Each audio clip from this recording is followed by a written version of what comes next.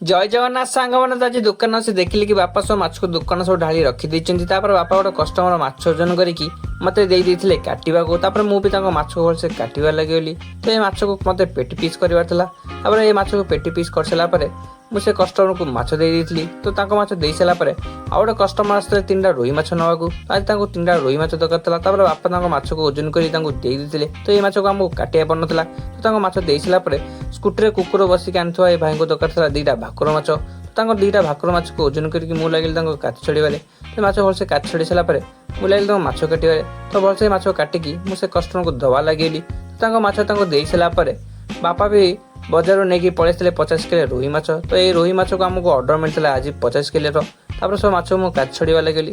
ସବୁ ମାଛକୁ ଭଲସେ କାଟି ଛଡ଼ି ସାରିଲା ପରେ ମୁଁ ଲାଗିଲି ଏଠି ମାଛ କାଟିବାରେ। ତ ଏଠି ଏତେ ମାଛ ଥିବାରୁ ମୋତେ ବାଧ୍ୟ ହୋଇକି ନେଙ୍ଗା ଦାଦାଙ୍କୁ ଡାକିବାକୁ ପଡ଼ିଲା ମାଛ କାଟିବାକୁ।